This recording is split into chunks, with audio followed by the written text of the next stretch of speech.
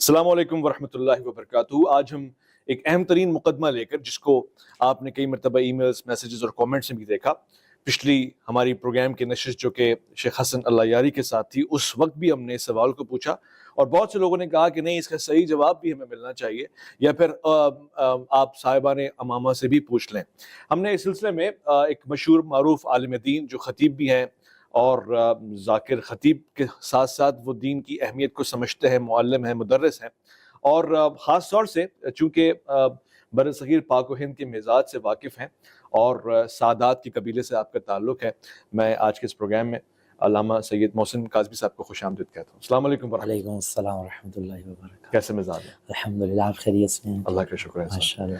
Programme مائع اور مولانا میں آپ کو ناچیز خوش آمدید کہتا ہے، مگر معذرت کے ساتھ سخت سنجیدہ اور انتہائی دل شکنہ سوالوں کے ساتھ، اس لیے کہ چند ایک چیزیں جو سوشل میڈیا پہ گردش بھی کر رہی ہوتی ہیں، لوگ ہم سے کہتے ہیں کہ سوال اچھا تھا، جواب اچھا نہیں تھا۔ میرا ہرگز اس سے مراد کسی مسلک مذہب کی توہین یا اس کی تضحیق یا اس کے اوپر تنقید بھی نہیں ہے۔ البتہ جن شخصیات کو میں جانتا ہوں، میں نے پچھلے پروگرام میں بھی یہ بات کہی کہ یا تو یہ کہہ لیجئے کہ اہل سنت کے امام حسین بن علی اور ہیں اور اہل تشیع کے اور ہیں۔ اہل سنت کے امام علی ابن ابی طالب شجاع، بہادر، حیدر کرار، شیر خدا، جرار، مرد، اور خیبر میں اترتے ہیں تو لاکھوں کو ڈھیر کر دیتے ہیں، قلعہ اکھاڑ کے رکھ دیتے ہیں۔ بدر و احد میں، خندق میں، ہر جنگ میں، ہر محاذ پہ یہی کیفیت ہے۔ جو علی شیعوں نے، میں معذرت کے ساتھ، جو مجھے بتایا گیا وہ یہ کہ گلی میں رسی بھی باندھ دی جائے، گھسیٹا بھی جائے، دربار میں بھی لایا جائے، معاذ اللہ خاتون جنت کو جو ان کی شریک حیات ان پہ ظلم ڈھائے تو وہ خاموش رہے۔ اور پھر اسی ہدف میں ایک سوال پوچھا گیا کہ امام حسین نے بیعت نہیں کی مگر امام علی ابن الحسین نے بیعت کر لی، تو واقعی حضرت امام زین العابدین، جس کو میں نہیں مانتا، میرا دل نہیں مانتا، اہل سنت مسلمان نہیں مانتے، امام زین العابدین جن کو علی ابن الحسین کہتے ہیں، جو حسین کی شبیہ ہیں، شجاع ہیں، شیر دل ہیں، انہوں نے یزید ملعون کی بیعت کر لی؟ استغفر اللہ۔ دیکھیے ویس بھائی، پہلی بات تو یہ ہے کہ وہ علی جو اہل سنت کے ہاں آپ نے سنے وہ اور صفات کے مالک، اور شیعوں کے ہاں سنے وہ اور صفات کے مالک نہیں۔ وہی علی جو شیعوں میں بتائے جاتے ہیں وہی شجاع بھی ہیں، وہی عالم بھی ہیں، وہی عابد بھی ہیں، وہی ایک وقت میں تمام انسانی صفات پر بدرجہ اتم موجود نظر آتے ہیں۔ ہاں، یہ الگ الگ مواقع، الگ الگ مقامات کے جہاں جیسی دین کو ضرورت پڑی ویسا کردار مولا امیر نے پیش کیا۔ بنیادی مسئلہ مولا امیر کا یہ کہ مولا امیر منصوص من اللہ، ہادی من اللہ، اور مولا امیر علیہ السلام نے اگر زمانے تک خود کو پیش کیا ہے تو اپنی ذات کو نہیں منوایا، دین کو منوایا۔ رسول اللہ کو جہاں دین کی ضرورت جس انداز میں پیش آئی، مولا امیر نے وہی انداز زمانے کے سامنے پیش کیا۔ اور رہا یہ سوال کہ اسی علی کا پوتا امام علی زین العابدین علیہ السلام نے یزید کی بیعت کی یا نہیں کی، جبکہ اصول کافی میں یہ حدیث آئی ہے، اصول کافی میں موجود ہے، اور شیعوں کی کتاب اور شیعوں کے عالم ذاکر خطیب نقل کر رہے ہیں۔ اچھا، اس کا جواب بڑا لطف اندوز ہوگا۔ اس سے پہلے میں آپ کی خدمت میں ایک شخصیت کا تعارف کرواتا ہوں۔ تاریخ میں ایک شخصیت گزری ہے، حضرت عیسیٰ علیہ السلام کے والد ہیں، اور ماشاءاللہ بڑے ہی شجاع تھے، بہت بڑے عابد تھے، حسین و جمیل تھے، وجیح چہرے کے مالک تھے، اور ماشاءاللہ بڑے مہمان نواز، و تاریخ میں ان کا بڑا کردار ہے، یعنی اسلام کی تاریخ میں حضرت عیسیٰ علیہ السلام کے زمانے میں۔ کیا آپ اس بات کو مانیں گے؟ حضرت عیسیٰ علیہ السلام کے والد کے بارے میں بتا رہا ہوں میں۔ ممکن ہی نہیں ہے، کیونکہ وہ تو والدہ سے جنم لیتے ہیں اور کوئی والد نہیں ہے۔ نہیں ہے والد؟ اچھا، میں کہہ رہا ہوں میری بات کو لوگ مانتے ہیں، میرے سر پہ امامہ ہے، پھر بھی آپ ماننے کے لیے تیار نہیں ہیں۔ اسے کہتے ہیں درایت۔ ایک ہوتی ہے روایت، ایک ہوتی ہے درایت۔ یعنی آپ نے وہ بنیاد ہی میری ختم کر دی کہ جس بنیاد پہ میں نے پوری روایت کو کھڑا کیا۔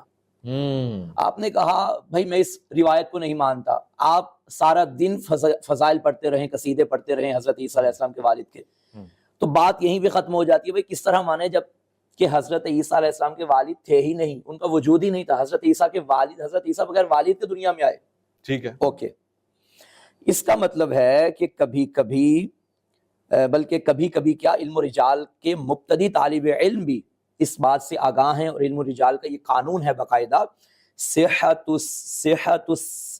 السند لا یستلزم صحت المتن. ہاں, سند کی جو صحت ہے وہ متن کی صحت ضروری نہیں ہے کہ ہاں, متن کی صحت کا لازمہ نہیں ہے.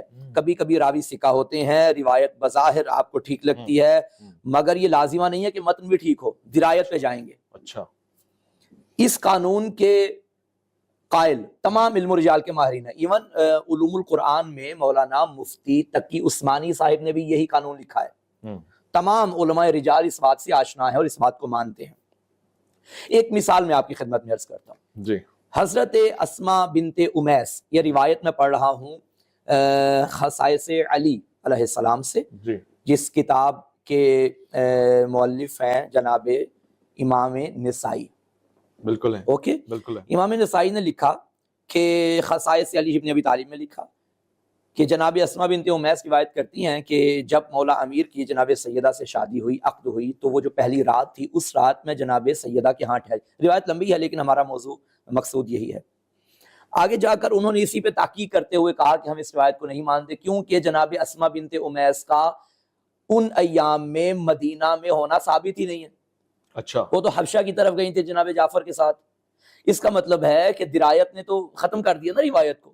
جو لوگ یہ کہہ رہے ہیں کہ اصول کافی میں حدیث موجود ہے کہ یزید مدینہ میں آیا اور یزید نے آ کر جناب امام سجاد علیہ السلام سے کہا کہ اگر آپ میری اس بات کو نہیں مانتے تو میں آپ کو قتل کر دوں گا, تو امام نے فرمایا معاذ اللہ کہ ٹھیک ہے, میں تمہاری بیعت کرنے کے لیے تیار ہوں. یہی مفہوم ہے نا روایت کا. غلام ہوں میں, مکرم غلام. اوکے بھائی, بات یہ ہے, ہمارا چیلنج ہے, اچھا, کوئی یہ ثابت کر دے کہ یزید مکہ و مدینہ میں آیا تھا کربلا کے واقعے کے بعد. تمام علماء اسلام, شیعہ سنی کی قید نہیں, تمام علماء اسلام اس بات پر متفق ہیں کہ یزید مکہ و مدینہ میں آیا ہی نہیں کربلا کے بعد. جبکہ مجھے جہاں تک ایک روایت یاد آ رہی ہے, متن یاد آ رہا ہے, صاحب بحار نے بھی لکھا ان ھذا الملعون لم یأت المدینہ بعد الخلافہ, کہ یزید ملعون خلافت کے بعد مدینہ میں داخل نہیں ہوا.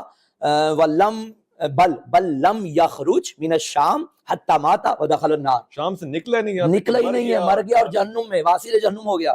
تمام علماء اس بات کی یعنی آپ فرما رہے ہیں کہ یزید کا مدینے میں آنا ہی نہیں ثابت, تو پھر یہ واقعہ کیسے ہوا کہ اس نے وزٹ کیا, امام نے فرمایا کہ میں مکرم غلام ہوں, اور یہ بات ہوئی نہیں, صرف ہوئی نہیں ہے. صرف جس بنیاد پر آپ نے اس عمارت کو کھڑا کیا ہے وہ بنیاد ہی آپ کی کمزور ہے.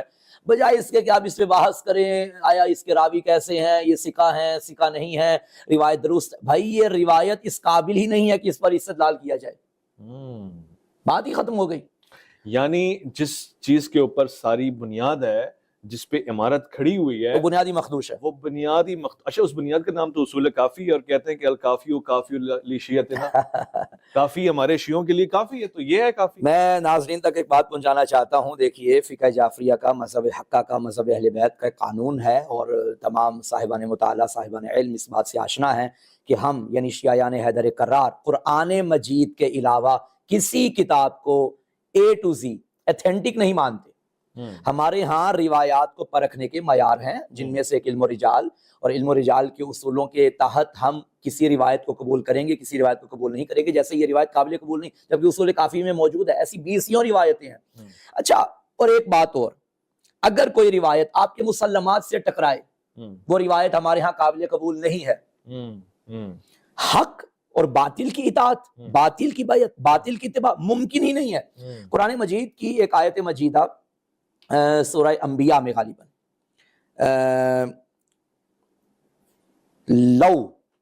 لو کان فیہما آلہۃ الا اللہ لفسدتا, اگر خدا کے سوا کوئی خدا ہوتے معبود تو فساد ہو جاتا, فساد ہو جائے. اگر آپ کے سامنے یہاں 20 روایات رکھی جائیں اور راوی بھی ثقہ ہوں, اور کہا جائے کہ اللہ کے علاوہ یہ معبود ہے, آپ مانیں گے؟ ہرگز نہیں. یہ مسلمات کے خلاف ہے. اچھا, اسی مفہوم کو لیے ایک اور آیت ہے سورہ مومنون میں, لو اتبع الحق اہواءہم لفسدت السماوات والارض. اگر حق باطل کی اتباع کرے, حق باطل کی بیعت کرے, حق باطل کے پیچھے چلے, تو فساد پیدا ہوگا زمین و آسمان میں. یعنی جو نتیجہ اس محال کا ہے، وہی نتیجہ اس محال کا ہے۔